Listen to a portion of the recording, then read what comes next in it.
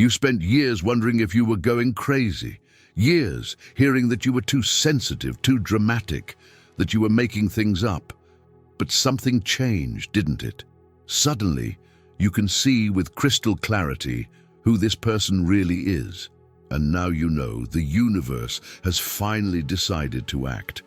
Wayne Dyer always said that when we change the way we look at things, the things we look at change. And that's exactly what's happening to you now. The fog has lifted, the rose-colored glasses have fallen off, and you can finally see the naked truth. But here's what nobody told you. When the universe decides to get revenge on a narcissist, there's an absolutely predictable pattern that always happens. Always. And today you're going to discover all 9 phases of this cosmic revenge. Because yes, my friend, what you're seeing isn't coincidence. It's not luck. It's the universe delivering justice in a way that will leave you speechless. And when you finish watching this video, you'll never again doubt that there's a higher force working in your favor. So get ready, because what you're about to discover will validate every moment of pain you felt and every tear you shed. The universe doesn't forget. The universe doesn't forgive. And when it decides to act against a narcissist, the revenge is devastatingly perfect. The first thing that happens when the universe decides to get revenge on a narcissist is something you've probably already witnessed, but maybe didn't give it the importance it deserved. It's the moment when their perfect mask begins to crack in front of other people. You know that person who always managed to convince everyone they were an angel? Who had that supernatural ability to make you look like the villain of the story? Well, the universe has a very special way of making that facade crumble at the most inopportune moment possible. I remember a situation where a woman told me that for years her narcissistic ex-husband managed to maintain the image of an exemplary father in front of everyone. Until one day, during their daughter's birthday party, he exploded in front of dozens of people. He screamed, cursed, humiliated. The mask fell so violently that even today, 3 years later, people still talk about that episode. Wayne Dyer talked a lot about the law of attraction and how our thoughts create our reality. But there's something that goes beyond that.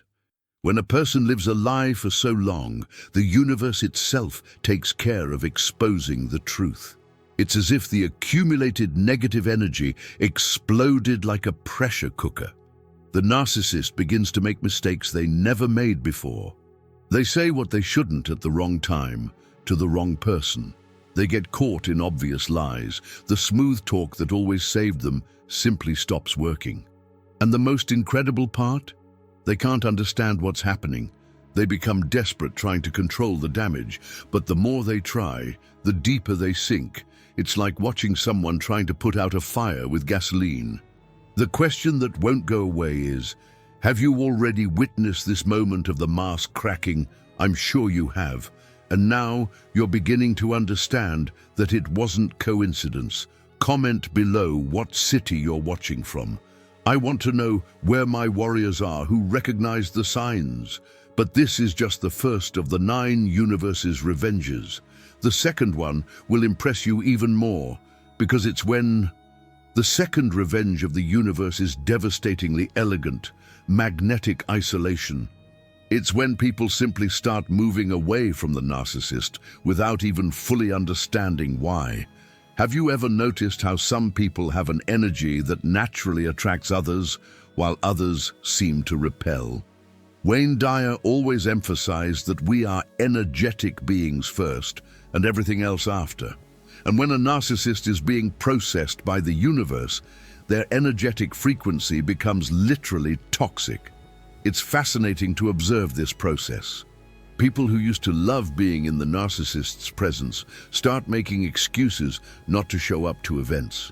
Invitations stop coming, the phone stops ringing, and the narcissist is completely lost, trying to understand what's happening. They try to apply the old manipulation tactics, but something has changed. It's as if people had developed a natural immunity to false charm. That ability they had to sweet-talk everyone simply stops working. I followed a situation where a narcissist who was always the center of attention in a friend group suddenly found himself alone. Party after party, gathering after gathering, he was the only one who didn't receive an invitation. When questioned, people would say things like, "Oh, I forgot," or "I thought you were busy." But the truth is that energetically they were rejecting that toxic presence. What's most interesting is that this happens unconsciously.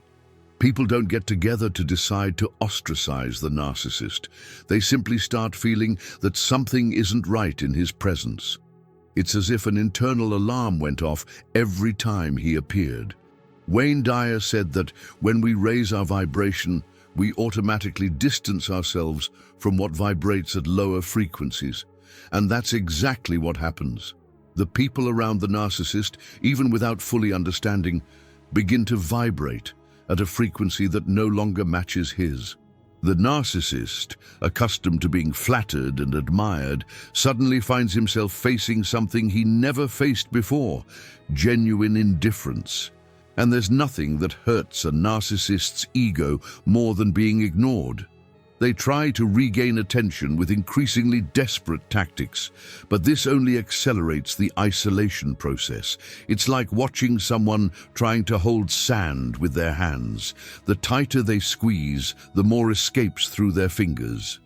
But wait until you discover the third revenge. This one will give you chills, because it's when the third revenge of the universe is perhaps the most painful for the narcissist, when their own children begin to see them for what they really are. And this happens in such a natural and inevitable way that it's impossible not to see destiny's hand at work. Children of narcissists grow up in a distorted reality, where they learn from an early age that their feelings don't matter, that they must always put the narcissistic parent's needs first. But there's a moment, almost always in adolescence or early adulthood, where something clicks. It's as if a key turns in their mind. Suddenly, that behavior they normalized their whole life becomes unbearable. They start questioning, rebelling, establishing boundaries. And the narcissist becomes absolutely lost. Wayne Dyer always talked about the importance of teaching our children to honor their own feelings. But narcissists do exactly the opposite. They teach children to deny their feelings to satisfy parental ego. However, truth always finds a way. I witnessed a situation where a narcissistic mother, who always managed to emotionally manipulate her 3 children, saw her strategy crumble in a matter of months. The oldest son, at 19, simply refused to participate in the family drama. He established clear boundaries, stopped accepting emotional blackmail, and literally said, "Mom, I'm not going to live to satisfy your emotional needs anymore." What's interesting is that this creates a domino effect. When one child awakens, this inspires the others to question too. It's as if one's courage unlocked everyone's courage. The narcissist, who always used children as extensions of their own ego, as trophies to display or as sources of emotional validation, suddenly finds themselves facing independent human beings who no longer want to participate in the circus. They try to intensify manipulation, apply more emotional blackmail, threaten, create drama. But there's something different now. The children have developed immunity. It's as if they finally got vaccinated against parental toxicity. And what's most devastating for the narcissist is realizing they lost forever that absolute control they had over the people they loved most, or thought they loved. Actually, they discover they never loved their children as people, but only as extensions of themselves. But this cosmic revenge is just beginning. The 4th phase will shock you, because it's when the 4th revenge of the universe is cruel in its simplicity, forcing the narcissist to be alone with themselves. And for someone who spent their entire life running from their own inner reality, this is literally a private hell. Narcissists are masters at creating distractions. There's always drama, always someone to blame, always a grandiose project to occupy the mind. Anything to avoid having to look inside and face the emptiness that lives there. But the universe has a perverse way of removing all these distractions at once. Suddenly, there's no one left to manipulate, no stage to perform on, no audience to applaud. Only they and their own thoughts remain. Wayne Dyer always said that our greatest moments of growth come when we're forced to confront our inner demons. But for healthy people, this is an opportunity for evolution. For narcissists, it's unbearable psychological torture. I knew a narcissistic executive who for decades commanded a company with an iron fist. He was adored by some, feared by others, but always at the center of attention. When he retired at 65, he expected a glorious retirement, full of honors and recognition. What happened was the opposite. In less than 6 months, the calls stopped. The invitations ceased. No one needed to flatter him or fear him anymore, and for the first time in decades, he found himself completely alone with his own thoughts. The depression that followed was devastating. Because when you remove all external sources of validation from a narcissist, what remains is a deep well of insecurity, shame, and self-loathing that they spent their entire life trying to hide. It's at this moment that many narcissists have what they call an existential crisis. Some desperately seek therapy, others sink into addictions or self-destructive behaviors. But all face the same terrifying reality, discovering that underneath all that arrogance and grandiosity, there's almost nothing. The silence they once filled with drama and manipulation now echoes empty in their minds. And there's nowhere to run, no way to escape because you can't run from yourself. It's when they realize they spent their entire life building a house of cards, and now they're watching everything collapse at the same time. The universe forces them to confront the person they always were, but never had the courage to admit.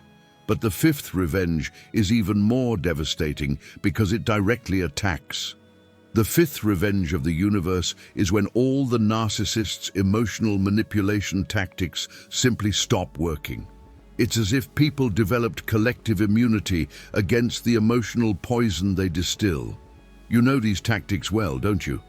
Emotional blackmail disguised as concern, playing the victim when confronted, explosive anger to intimidate, crocodile tears to awaken compassion, silent treatment to punish. For years, these weapons worked perfectly, but something changes when the universe decides to intervene. It's as if the people around the narcissist simultaneously awakened to the game being played. And once you see the trick, it completely loses its power.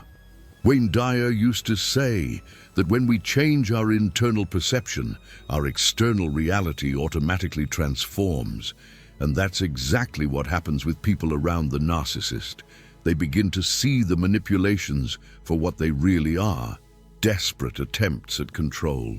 I witnessed a situation where a narcissistic woman who for 20 years of marriage managed to control her husband through convenient panic attacks saw her strategy completely crumble. In a discussion about divorce, she had one of her famous crises, expecting him to come running to console her as he always did. But this time, he simply said, "When you're done acting, we can get back to talking about dividing assets." And he left the room. It was devastating for her to realize she lost the power to emotionally control the man she manipulated for 2 decades. All her secret weapons became useless overnight. What's most interesting is that this creates a cascade effect. When one close person becomes immune to manipulations, this inspires others to question too. It's as if a spell was broken collectively. The narcissist finds themselves forced to intensify tactics, but this only makes what they're doing more obvious. It's like watching someone trying to move a heavy object with a broken lever. The more force they apply, the more obvious it becomes that the tool doesn't work. They become desperate trying to find new forms of control, but discover that once people wake up to manipulation, there's no going back. It's impossible to make someone unsee what they've already seen. And the worst thing for the narcissist is realizing that all the power they thought they had over people was, in fact, just an illusion that only worked while people agreed to participate in the game. But wait until you discover the sixth revenge. This is when the universe directly attacks. The sixth revenge of the universe is devastatingly public, the total collapse of the narcissist's carefully constructed image. And when I say collapse, it's literally a crumbling that happens in front of everyone they most wanted to impress. Narcissists live and breathe for public image. They build their entire identity based on others' perception of them. They're masters at curating their own image, always posting perfect photos, telling the right stories, using appropriate words to maintain an impeccable facade. But the universe has perfect timing to destroy this illusion. It's as if it chooses the exact moment when the narcissist most needs to maintain composure to make everything crumble. Wayne Dyer always talked about authenticity versus image. He said that when we live a lie for too long, life itself takes care of forcing us to the truth. And with narcissists, this happens spectacularly. I followed the case of a narcissistic businessman who spent decades building a reputation as an exemplary family man and devout Christian. He participated in all social actions, donated to charity, was respected in the community. Until one day, during a charity event he himself organized, he exploded in an argument with his wife in front of 200 people. It wasn't just a moment of stress. It was such an intense rage explosion, with such low curses and such cruel humiliations, that it left everyone shocked.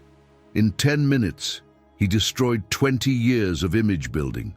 What's most fascinating is that in these moments, the narcissist can't control themselves. It's as if all the poison they kept stored came out all at once. They completely lose the ability to filter what they say or how they act. And once the mask falls publicly, there's no way to put it back on.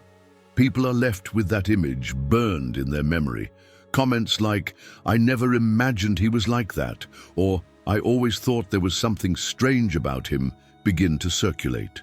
The narcissist tries to do damage control, invents explanations, blames stress or personal problems. But the damage is done. The true face was exposed at the moment, and to the people who mattered most to their image. It's when they discover that reputation is like glass. It takes years to build, but can be destroyed in seconds. And unlike what they thought, it's not something they can completely control. The desperation that follows is palpable. They realize they lost something they considered more valuable than life itself, the admiration and respect of others. But the seventh revenge attacks where it hurts most. The seventh revenge of the universe is when the narcissist's darkest secrets begin to come to light in mysterious ways.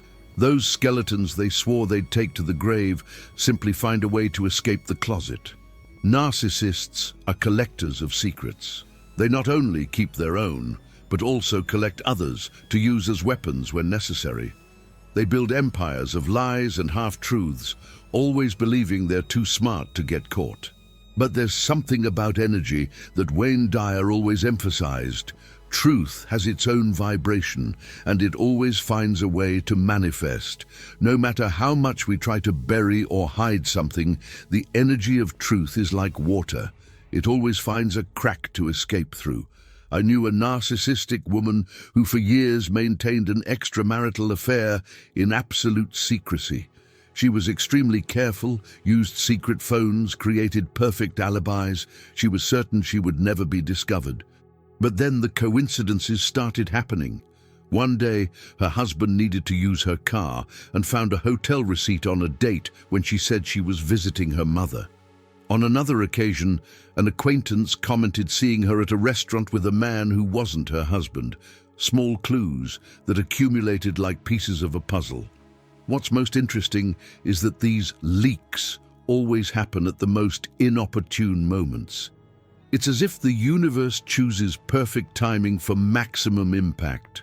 Financial secrets are discovered on the eve of important negotiations. Betrayals come to light during family gatherings. Lies are exposed exactly when credibility is most needed. The narcissist becomes desperate, trying to do damage control, inventing increasingly elaborate explanations. But the more they explain, the more they contradict themselves. It's like trying to plug leaks in a ship. While plugging one hole, 3 others open. And the worst part is that once the first secrets are exposed, people start questioning everything. That blind trust they had in the narcissist's word simply evaporates. Every story becomes questioned. Every explanation is viewed with suspicion. The narcissist realizes they lost something fundamental: credibility. And without credibility, all their other manipulation tactics become useless. No one believes the tears anymore. No one buys the excuses. No one accepts the justifications. It's when they discover that lying is like an addictive drug. Each dose needs to be bigger than the previous one, until finally the body can't take it anymore and goes into collapse. But the 8th revenge is even more cruel. The 8th revenge of the universe is when the narcissist finally meets someone exactly like them. And this experience is so devastating that many describe it as finding their own personalized hell. Throughout their lives, narcissists related to empathetic people, people who absorbed their abuse and still tried to understand them, people who gave more than they received, who forgave more than they should, who loved even while being mistreated. But then the universe puts another narcissist in their path, and suddenly they experience for the first time in their life what it's like to be on the other side of the coin. They feel firsthand what it's like to be manipulated, discarded, humiliated, and controlled. Wayne Dyer talked a lot about how life teaches us through mirrors, that the people who appear in our path always reflect something we need to learn about ourselves. And for a narcissist, there's no more brutal lesson than meeting another narcissist. I witnessed a situation where a narcissistic man, who destroyed 2 marriages through betrayals and manipulations, fell madly in love with a woman who was exactly like him. She applied to him all the tactics he had used on other people for decades. His desperation was palpable. For the first time in his life, he experienced what it was like to love someone who didn't love him back, who treated him as disposable, who flirted with others in front of him, who lied shamelessly and still made him feel crazy for questioning. It's fascinating to observe a narcissist trying to deal with their own tactics being applied to them. They become completely lost because they can't use emotional manipulation on someone who has no empathy. It's like trying to light a fire underwater. The most ironic part is that this forces them to feel all the emotions they caused in other people: abandonment, betrayal, humiliation, confusion. But since they never developed healthy emotional skills, they can't process these feelings. Many narcissists describe this experience as the worst phase of their lives, because for the first time they are completely vulnerable, and the person they chose to love has no capacity or intention to care for that vulnerability.